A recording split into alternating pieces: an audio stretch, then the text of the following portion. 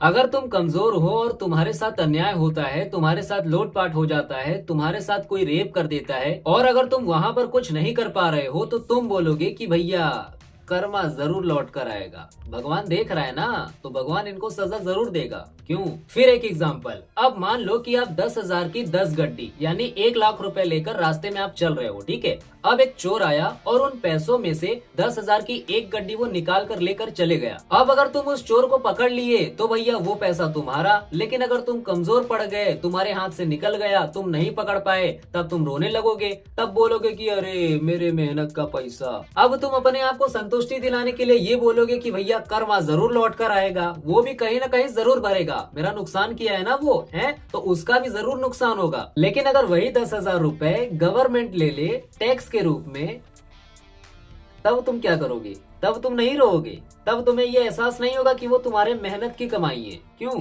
एहसास होगा, लेकिन उसका असर उतना दुख वाला नहीं होगा जितना वो चोर वही पैसा चोरी कर कर लेके जाएगा, ठीक है। तब तुम सरकार से अपना पैसा मांगने की कोशिश नहीं करोगे, तब तुम्हें कर्मा का एहसास नहीं होगा कि भैया कर्मा मेरा लौट कर आएगा। क्यों? वो पैसे थे तो आपके मेहनत की ही, चोरी तो हुई है ना, फिर चाहे वो लीगली हो या इलीगली, चोरी तो हुई है। और इस हिसाब से देखा जाए तो दुनिया का सबसे बड़ा चोर दुनिया की सभी गवर्नमेंट है। तब तुम्हें कर्मा याद नहीं आएगा कि कर्मा लौट कर जरूर आएगा। हैं? कहाँ है भैया? चोरी तो हो रही है ना, वो भी लीगली, प्रॉपर ITR लगाकर, प्रॉपर GST लगाकर, प्रॉपर सेस लगाकर, प्रॉपर सर चार्जेस लगाकर, हैं? तो यहाँ पर ध्यान से देखा जाए तो सबसे बड़ी घपलेबाजी तो गवर्नमेंट के जरिए हो रही है। तब यहाँ पर तुमको कर्मा धर्म का ध्यान ख्याल नहीं आएगा।